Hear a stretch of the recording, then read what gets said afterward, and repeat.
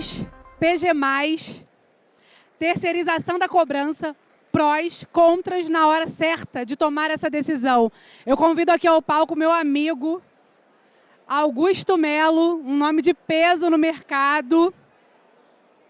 Ele que toca o setor de estratégia, faz organizações, integração de inovação, estratégia e tecnologia para otimizar processos de cobrança. Por aqui, vá, se posicione aqui na primeira cadeira.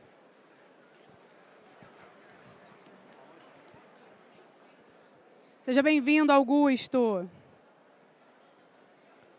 Agora o Rodrigo Maurato, do Itaú, superintendente de recuperação de crédito. Vamos lá, Rodrigo, sobe aqui com a gente. Transformar e evoluir todo o ecossistema da recuperação vai nos habilitar, seja bem-vindo, vai nos habilitar cada vez mais a apoiar as necessidades dos nossos clientes. Bem-vindo, Rodrigo. E para completar esse painel de peso, o Fabiano Villanova, das lojas Renner. Parabéns, Fabiano. Ó, Fabiano veio com plateia, vocês viram, né? Gerente de crédito e cobrança. Trabalhamos para dispor os melhores recursos da cobrança, equilibrando eficiência e experiência do cliente. Queremos que o cliente perceba que na inadimplência ele continua sendo nosso cliente. Parabéns. Vamos lá, gente. Boa tarde. Obrigado a todos aí pela presença. Daqui a pouco a gente faz um teste para ver quem está conosco aqui no palco, né? Saber a popularidade aqui do trio. Prazer enorme estar aqui. Obrigado, Manfio, por mais uma organização. A PG+, aí, por me deixar ser a voz aqui deles nesse time. E vamos nós falar de um tema, terceirização de cobrança. Tenho a dizer a vocês prós e contras, né? Hora de tomar essa decisão, como terceirizar, enfim. Nessa trilha, a gente vai para o primeiro ponto, que é por que a cobrança terceirizada está sempre envolvida. E esse sempre aqui é verdadeiro. Eu desconheço, ao longo aqui dos meus cabelos brancos, qualquer estratégia de cobrança que não tenha, em algum momento, usado a terceirização. Sim, os momentos variam, mas ela acaba chegando, nem que seja no processo final, onde já se esgotou todas as possibilidades internas de cobrar, e você vai fazer a cessão da carteira, que é, na verdade, como se fosse uma venda, né, para os não iniciados aí no assunto. Você vai vender a carteira e ter um desconto grande para poder recuperar alguma parte desse financeiro. Então, portanto, sempre será necessário essa terceirização. E aí vem uma grande decisão que varia muito, não tem regra, não tem regulatório do Banco Central, não existe, que é quando terceirizar. Esse momento aí depende de várias variáveis, né, de várias análises que precisam ser feitas na área de planejamento, normalmente, ou decisão de cima para baixo, sabe, paradigma, ou o que for. Alguma decisão existe no sentido de dizer assim, vamos agora terceirizar com 30 dias. Eu já vivi de tudo, né? Tempos atrás, até a cobrança interna era quase zerada em algumas até grandes financeiras. Com 5 dias de atraso já terceirizava porque não tinha simplesmente capacidade para fazer a cobrança. Mas a primeira, se pudesse, se eu, enfim, ousasse definir uma variável, seria custo.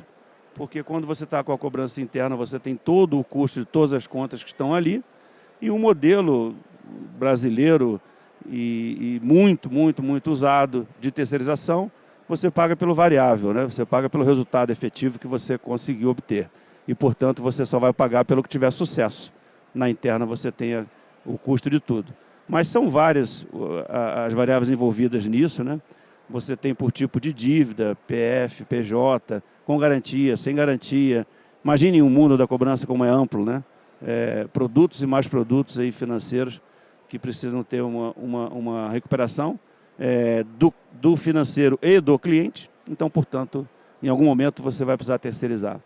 Os canais digitais. Os canais digitais vieram para facilitar muito a possibilidade de recuperação, facilitar muito a vida do consumidor, mas trouxeram uma dificuldade adicional, que é a quantidade de canais, e por isso vocês, vou dizer, vão precisar de mais de uma empresa para terceirizar, porque uma normalmente não consegue fazer de tudo bem, né? Então você vai buscar quem tem eficiência no digital, quem tem eficiência na operação humana, quem tem eficiência em app, enfim, portal, até mesmo os birôs, né, para não citar nome, você tem birôs que fazem a cobrança pelo, né, facilitando o consumidor, né? Já sabemos aí quem é. Então, o jeito o jeito que você vai montar a sua estratégia vai definir também quando você terceirizar, né? Os canais digitais vieram trazendo naturalmente uma mudança na estrutura, ou no modelo de cobrança, que é a facilidade ou o custo menor para se fazer uma operação de cobrança. O digital, né, é muito mais barato do que com ou sem humano, não importa, mas você tem uma possibilidade de abrangência, né, muito grande com os canais digitais, em volumes de conta massificada, você consegue atingir um grande público e com isso você consegue fazer uma extensão dessa sua cobrança interna, né, por mais tempo. Quais são os desejos de se fazer isso? A experiência do cliente. Então você tem nas lojas de varejo, por exemplo, o cliente comprou no e-commerce. Ele gostaria de, quando for entrado eventualmente em inadimplência, ser cobrado do mesmo jeito. Lá no appzinho lá que ele fez a compra, né, da mercadoria, vai receber uma notificação, negociar por ali, pronto. Então, qual o sentido que tem de você precisar de terceirizar isso, né? Tem sentido se você não tiver essa estrutura. Tem a questão da estrutura para você pensar e avaliar, né, se faz essa interna, de que tamanho você faz.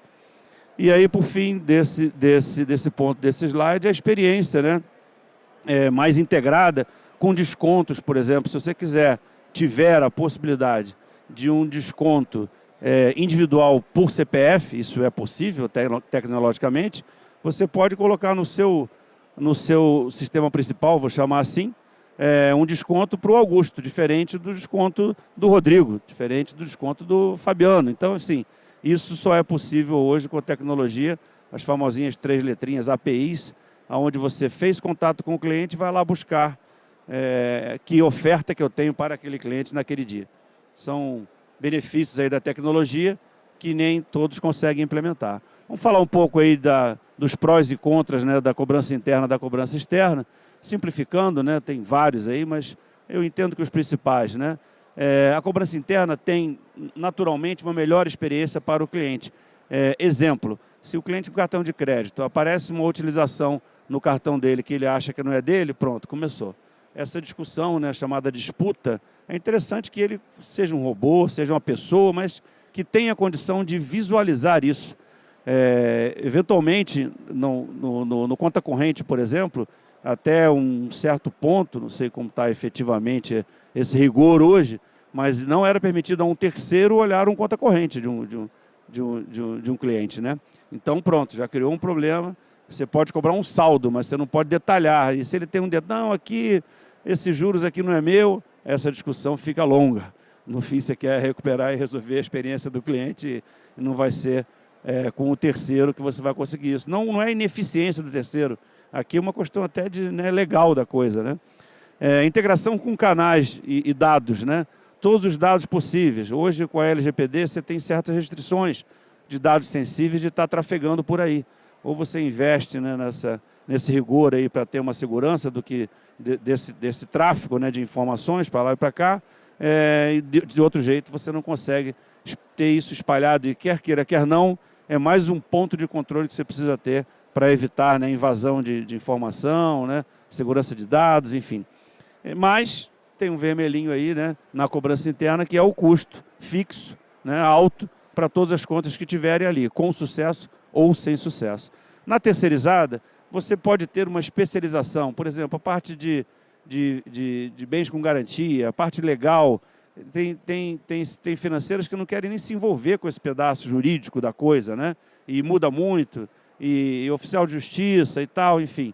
Bens com garantia, principalmente, tem essa necessidade de processo e por vezes é melhor você terceirizar, tem mais eficiência, até porque se for algo, por exemplo, com garantia para ser ajuizado, naturalmente vai ter que ter um ajuizamento que vai fazer com que esse contrato, né, vai ter que passar para o outro segmento chamado lá o amigável, o judicial. Enfim, especialização, escalabilidade, né? De um dia para o outro você pode ter um mutirão para fazer de milhares de contas e você pode não ter capacidade interna para isso. E o terceiro, eventualmente, tem uma escalabilidade maior, né? O custo por sucesso, já falamos sobre isso. O custo no modelo hoje vigente, né, em maior parte, você paga pelo sucesso, não tem um custo fixo envolvido.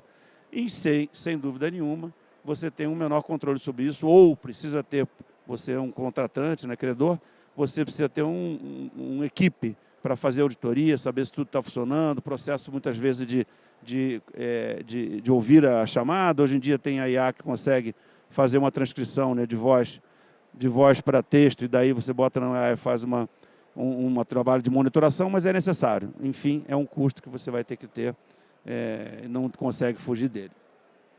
Esses são alguns exemplos de pró e contra. Quando terceirizar, amigo, como já falei, né, tem que estar constantemente monitorando essa curva de resultado, avaliar o impacto com o cliente, sempre monitorando, sempre perceber se ele está sendo bem tratado como você trataria, aí é treinamento, aí mudança de modo de falar, se você tiver algum script diferente que precisa ser falado ou não falado, enfim. Mas a terceirização é inevitável, nas fases tardias, como eu já mencionei, uma hora acontece, né? E essa estratégia deve ser personalizada. Não pense que a terceirização, o consumidor é o mesmo, então ele não quer nem saber, não sabe nem o que é isso, né? Nunca está em nossas reuniões. Então ele precisa ser tratado igual como eu tratava ele antes, em que ele estava inadimplente. Então, com isso, abro o painel para perguntas dos meus amigos especialistas executivos aqui. Vamos na ordem aí. Já está, então, amigo. Qual a sua visão sobre quando terceirizar a cobrança? Boa tarde, Augusto. Boa tarde aqui, Fabiano. Boa tarde a todos. Pergunta ampla, isso muito do que traz na resposta, você abordou na introdução em diversos aspectos, né? Talvez, se a gente olhasse o tema pela lente de alguns anos atrás, era uma questão de você tirar parte do seu custo e colocar isso numa operação mais leve, cujo objetivo era fazer isso com menos dinheiro. E o objetivo fim era sempre sobre isso, né? Certamente hoje, e claramente, com tudo que avançou em termos de necessidade dos clientes e a forma como que eles se relacionam desde o início da originação do crédito e todo o avanço aqui de tecnologias, mostra que terceirizar hoje, no momento da recuperação, eu posso ter isso em diversos momentos distintos dentro aqui do que a gente chamaria aqui do pós-concessão do crédito. E vai muito pela necessidade daquilo que eu quero colocar e habilitar dentro das jornadas com relação ao que o cliente, a gente precisa interagir com o cliente. Você pode ainda buscar terceirizar por algo onde, uma cobrança, obviamente, onde eu já não tenho tanto relacionamento comercial com aquele cliente, ou um tipo de dívida que, de fato, eu estou aqui querendo buscar mais o crédito e menos resgatar o cliente. Terceirizar, sem dúvida, é uma boa solução, porque você vai colocar um custo que ele é variável e você vai pagar por sucesso, e em tese aqui não faz sentido algum você focar nessa etapa. Então acho que a terceirização passa primeiro por uma lente onde você quer focar mais ou menos, mas por outro lado, quando você tem ainda no início de jornada, seja ele preditiva, preventiva ou de recuperação, né, muito que a gente fala aqui sobre a lente da 4966, que você tem que chegar antes. Eu acho que aqui te habilita a necessidade de você pensar em tecnologias que hoje o ecossistema provê. Então, aqui eu posso terceirizar em parte da minha jornada um serviço de IA conversacional através de um canal, de uma ferramenta que não necessariamente eu tenho ou quero dispor e investir isso dentro da organização. Mas não necessariamente aquilo é fim. Então, ele é um meio para eu habilitar uma parte da minha jornada onde eu posso necessariamente conversar com esse cliente por canais proprietários da organização. Em algum momento, dada a necessidade do cliente, eu vou habilitar outra parte dessa jornada numa empresa do ecossistema terceiro. E eu pago isso, né, talvez até diferente do como que a gente pensa no primeiro momento, mas eu terceirizo, eu mando para... Não, você vai pagar eventualmente para um serviço. Então, o modelo de negócio acaba mudando, dado o como você vai experimentar isso. No final, o que a gente quer? Especificidade.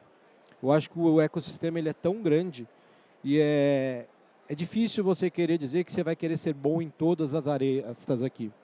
Não dá para ser. Mesmo organizações grandes, não dá para ser. Você vai ter que fazer escolhas e renúncias o tempo inteiro. Então, acho que é importante entender, dentre essas escolhas e renúncias, que tem gente que está mais capacitada, tem empresas que estão mais capacitadas e eu vou terceirizar aquilo ali. O grande ponto é, para a visão cliente, a terceirização tem que ser totalmente transparente. E aí o grande ponto é, o que eu estou ganhando com isso? Eficiência, resolutividade, aumento de NPS nas minhas jornadas aqui e, claramente, custo é uma derivada, mas ela não é mais a central. Não é mais a decisiva, né? Fabiano, o que você acha disso, cara? Vamos lá. Boa tarde a todos, Augusto, Murato. Concordo, acho que os pontos que vocês trouxeram dão uma passagem bem ampla sobre o motivo da gente terceirizar, né? Acho que um ponto importante é que o terceirizar, a gente não está falando de terceirizar somente para uma empresa de call center, né? Que a gente era o mais comum no passado, como o Murato falou, né? A gente tinha um foco na redução de custo, mas hoje qualquer serviço você pode terceirizar. E eu vejo muito que a questão da terceirização da cobrança, a gente tem que olhar 3 pilares. Obviamente, o custo é um deles. Qual é a minha eficiência nessa recuperação, né? O quanto que esse trabalho vai ser mais eficiente sendo feito por um terceiro que é especializado naquele tema. E o outro ponto, não pode deixar de fora a experiência do cliente, né? Então, a gente tem muitos negócios, muitas formas, né, modelos de negócios que estão postos aí, que tem essa necessidade de fazer a recuperação de crédito, e cada modelo de negócio ele vai ter um ponto específico.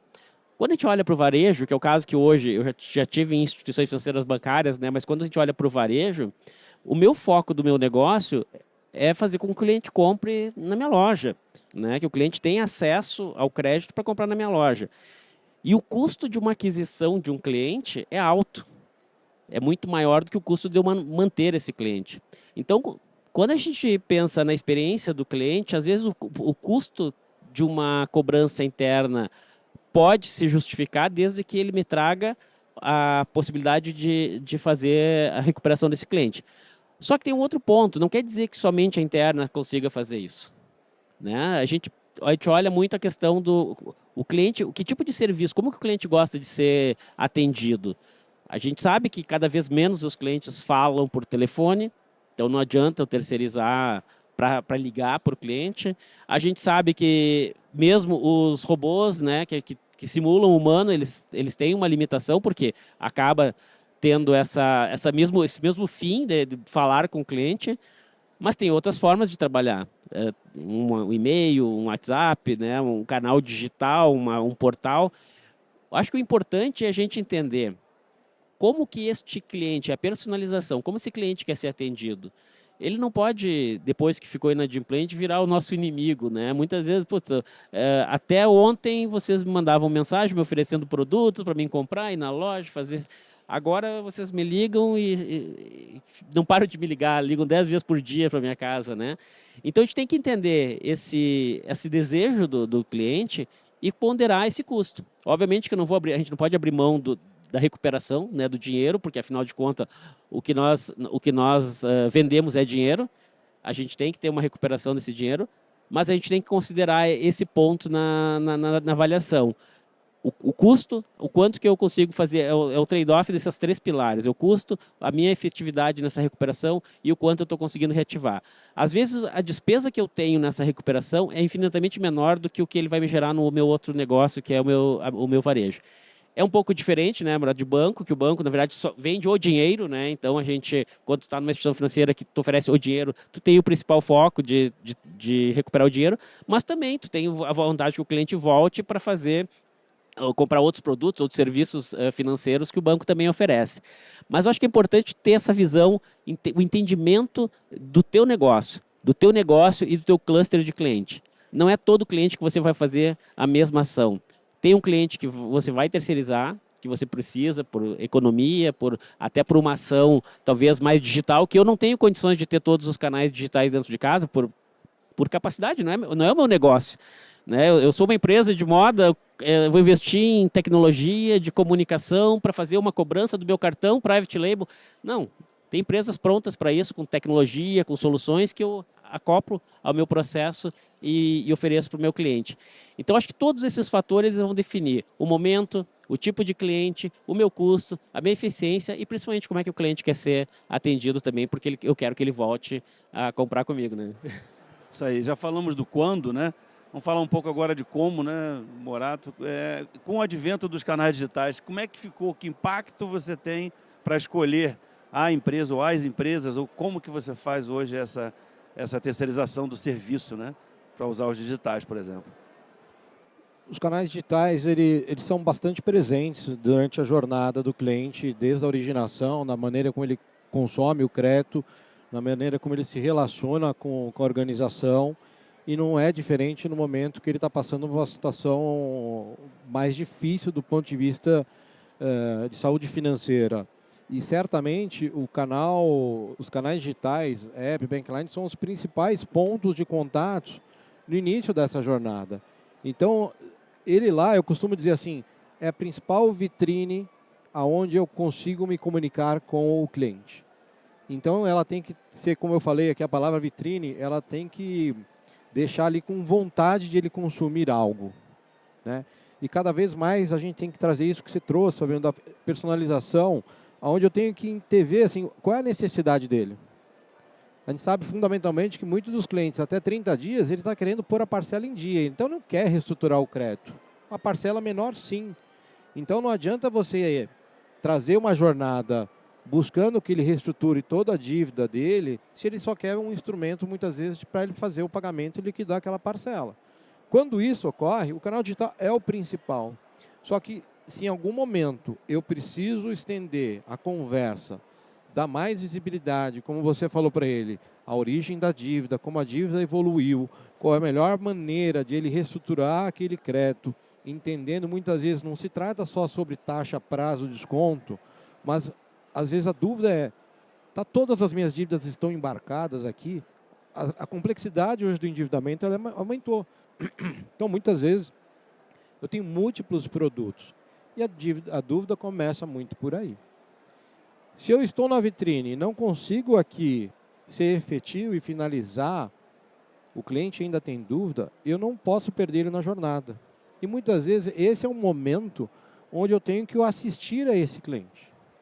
Se a dívida é complexa, de um risco de uma materialidade alta, talvez quem eu vá fazer com que apoie essa conversa ou continuidade de conversa é um agente comercial do banco, onde provavelmente esse cliente se sinta seguro. Mas não dá, do ponto de vista de eficiência, com que eu faça para qualquer tipo de dívida. Nessa hora, é um bom momento para você entender que sim, eu posso ter uma continuidade, isso numa empresa terceira. Para o cliente, mais uma vez, ele entrou na minha vitrine, pela porta do banco, e ele vai ter uma continuidade de conversa que ele pode estar falando por um canal digital, só que com uma assistência por detrás, dentro de uma empresa no mercado. Então, isso é uma maneira um pouco do como. Assim como o Fabiano também tocou, eventualmente eu não vou ser bom em tudo.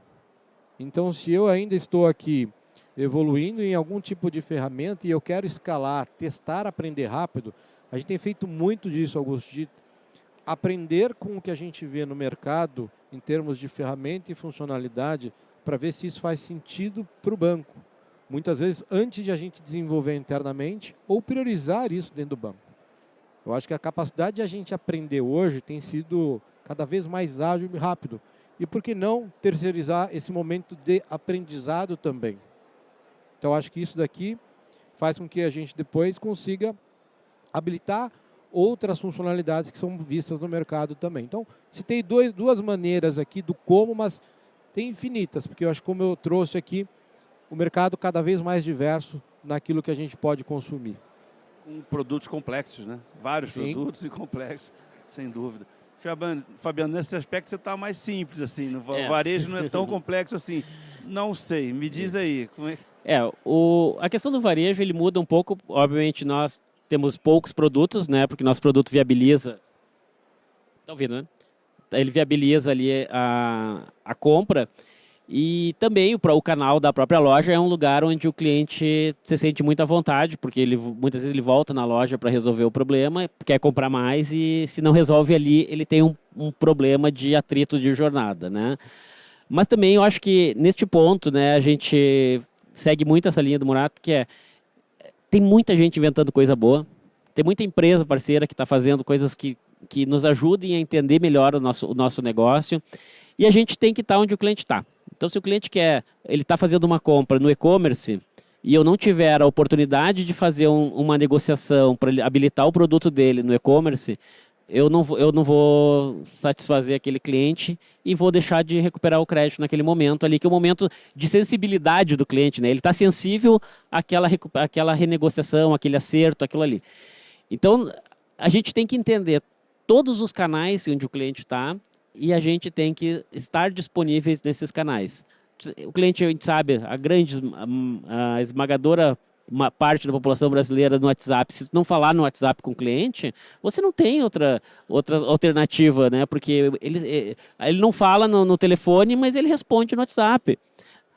A gente vê algumas soluções que se usou por muito tempo caindo muito, né, em desuso, né? A própria questão, fala SMS, a gente fala do próprio e-mail, que ainda é uma ferramenta usada, mas acho que essa geração que está chegando é uma geração que não usa mais e-mail. Eles são obrigados a ter e-mail para ter a conta no joguinho, mas para usar, para comunicar, isso não funciona mais.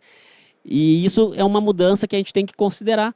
As pessoas são diferentes das pessoas de 10 anos atrás, de 30 anos atrás. E aí, essa mudança muda o canal com o qual a pessoa se relaciona. Tem pessoas que vão, hoje, nas lojas, pedir para imprimir fatura para pagar o cartão. Se eu não tiver um local de fácil acesso que ele consiga imprimir a fatura, ele imprime a fatura e vai na lotérica da frente da loja para pagar a fatura. Se eu não imprimir a fatura para ele não vai pagar a dívida. Porque ele não sabe entrar no aplicativo para baixar a fatura ou pedir no WhatsApp. Então a gente tem que estar onde o cliente estiver. E para isso, como a gente tem uma diversidade muito grande de canais, diversidade muito grande de formas de ter essa interação com o cliente, a gente não vai conseguir desenvolver tudo para testar, para ver qual que funciona melhor. Neste ponto é onde realmente a gente precisa ter os parceiros que estão com escala para testar isso, nos mostrar esse resultado, e aí dentro daquilo que se adequar mais ao nosso perfil de cliente, mais aquela característica do cliente, do produto que a gente trabalha, a gente vai usar o serviço A, B, talvez não vá usar o D. Então, acho que essa para mim, é uma visão que a gente trabalha muito de entender melhor essa necessidade, aonde o cliente está acessando e ter que, para ele, ali dar uma solução. Mas eu acredito que as experiências novas elas vão ser muito a partir de parceiros e não desenvolvendo in-house, porque aí o investimento seria muito alto e as prioridades nunca é a cobrança, né? Perfeito esse ponto seu, perfeito esse ponto. E aí eu só levaria nós todos a pensar o seguinte, falamos, né, tem um banco, tem um varejo, tem segmentos, por exemplo, educação, que é o e-mail. Se ele não tiver o e-mail, ele não entra na sala de aula do EAD, né? Então, depende muito e o que vale para todos... Tem que entender o cliente, né? É exatamente o que eu ia dizer. Vale para todos, tem que conhecer o cliente, tem que entender o comportamento dele e respeitar. Agora, vamos à pergunta do milhão. E quanto à recuperação? Falamos de quando, falamos de como, e existe um comparativo, todos os dois estão maduros quanto à recuperação no digital? Como é que é isso? Morato. A recuperação no digital, ela escala à medida do que a gente consegue habilitar muito do que a gente foi falando aqui. Então, se a gente traduzir em números, Augusto, é claro que hoje a gente consegue diminuir fluxo de canais tradicionais, seja das centrais ativas ou até mesmo receptivas. Eu acho que um grande termômetro para a gente entender se a digitalização tem sido importante para dentro da recuperação é muito sobre isso. Quais canais que eu estou tirando o fluxo da onde antigamente os clientes se serviam. Então, muito isso dos... É para a gente falar sobre isso? Não, então, não, bom, a gente improvisa. Pegadinha aqui. Embaixatriz, vamos ver, embaixatriz. Então, acho que parte do que a gente vê desta evolução do digital, ela é traduzida em números de ganho de eficiência, em termos onde eu estou servindo o cliente de uma maneira melhor, e isso tem que se traduzir em INPS mais positivo, né? E principalmente no meu custo real recuperado. Então, muito do que a gente vê, já vemos bastante benefício sobre isso. E o interessante é dizer que não é só sobre uma ótica do banco ou das empresas credoras.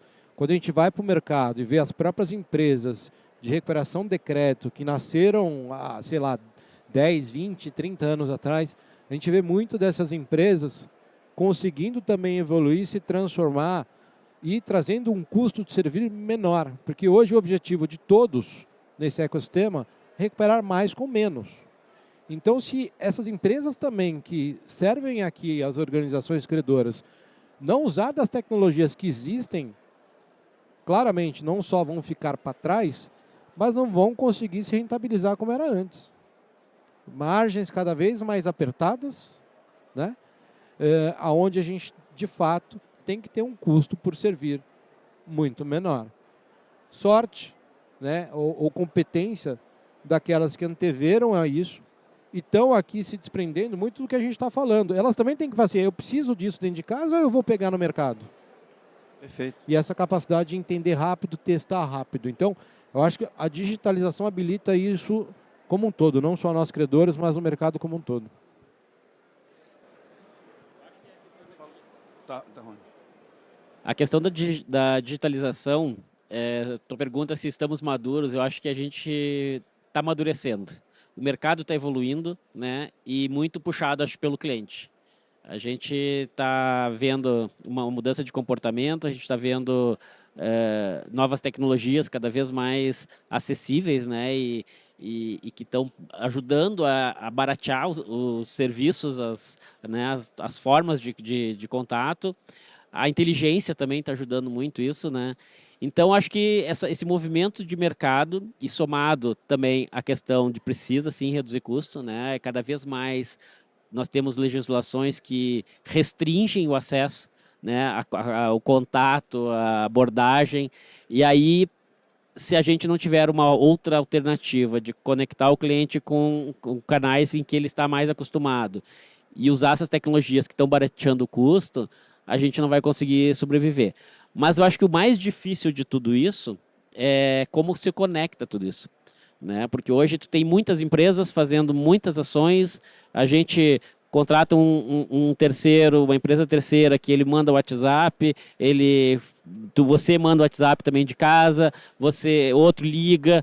E tudo isso é um petróleo, né, que nós temos ali, só que a gente não está refinando esse petróleo para entender o comportamento do cliente. Eu acho que o digital, além de ter os canais digitais, de ter toda essa digitalização no processo, a gente precisa também capturar tudo isso para transformar isso em insumos para a gente melhorar a nossa capacidade de entender o cliente e ofertar o melhor produto para eles. Eu diria assim, a maturidade ela está em construção. Né? Tem muita coisa, você fala muito em inteligência artificial, a gente vê muitas soluções já avançando para esse caminho, mas a gente ainda precisa ter um pouco de cautela e saber usar, porque os dados todos, eles ainda não estão todos disponíveis da forma como deveriam para que a gente use todo esse potencial aí na frente. Mas eu acho que a digitalização não tem volta. Né? As empresas que não entrarem por esse caminho são empresas que não vão ter com certeza uma eficiência aí para o seu negócio no futuro, né? E todo mundo vai ter que embarcar nessa canoa. E de alguma forma ou de outra, a gente vai ser levado a isso. Porque entendo, na variável custo e na variável abrangência de atingir a comunicação, de no minimamente informar que aquele consumidor está em dívida, o digital ganha de braçada, né? Não tem como ter uma amplitude de encontrar minimamente uma informação para dizer sua conta está em aberto. Não ofende ninguém, não é isso? Exatamente. Não é? Você tem muitas formas de você fazer isso e deixar disponível para ele escolher. Se eu tiver atrasado e eu quiser saber onde é que a minha dívida, eu vou entrar no aplicativo, vou entrar no portal, vou ligar para um número, o que eu vou fazer? Bom, tem que estar disponível para ele. E se você tiver somente um canal, vai na loja, vai na agência. Não adianta, né? Então, eu acho que essa disponibilidade ela vai ter que acontecer e a gente vai ter que entregar isso o quanto antes. Sim. E tem mais um ponto, linkando aí com uma pergunta, né? Mais um ponto que eu vejo, estavam conversando ali há pouco, sobre meios de pagamento. Eu acho que vai acontecer uma evolução grande aí nessa forma de fechar o checkout, né? É o checkout. Hoje você faz uma compra, quanto menos clique você der, melhor. Por que na cobrança também não? Então hoje a maioria chega lá no ponto de você mostrar um código de barra para um Pix, mostrar uma linha digitável, e eu acho que rapidamente vamos pular aí para efetivamente fazer um pagamento, mesmo que seja um varejo, concorda? Ele precisa ser invisível, né? Na verdade, a gente sempre foi acostumado a ver a transação financeira como uma etapa separada do processo de compra, de uso de um produto, né? Isso, você vai comprar um carro, você tem toda aquela experiência de sentir o cheirinho do carro novo, daí agora tem que fazer o financiamento, agora você tem que pagar. Isso cada vez mais ele tem que estar embedado, você tem que estar dentro da jornada. Então, e na cobrança não pode ser diferente, né? Se você fez todo um processo de contatar o cliente, de trazer ele para fazer a negociação e você não facilitar o momento do pagamento, é o mesmo sentimento da compra que você não está sendo efetivo ali na hora de pagar, né? Você comprou lá, a mulher escolheu o vestido, chegou para ir para a festa, daí chega na hora, agora tem que pagar, o cartão não passou, não, esse cartão a gente não aceita, aqui é só com Pix. Isso vai ter que mudar e eu acho que o caminho tá surgindo aí com várias possibilidades. Na compra tinha um clássico, não tem, né? Você pode ficar um tempão escolhendo e quer pagar rápido para ir embora. Na cobrança é a mesma coisa, né? E tem que fazer o cliente pagar, né? Sim.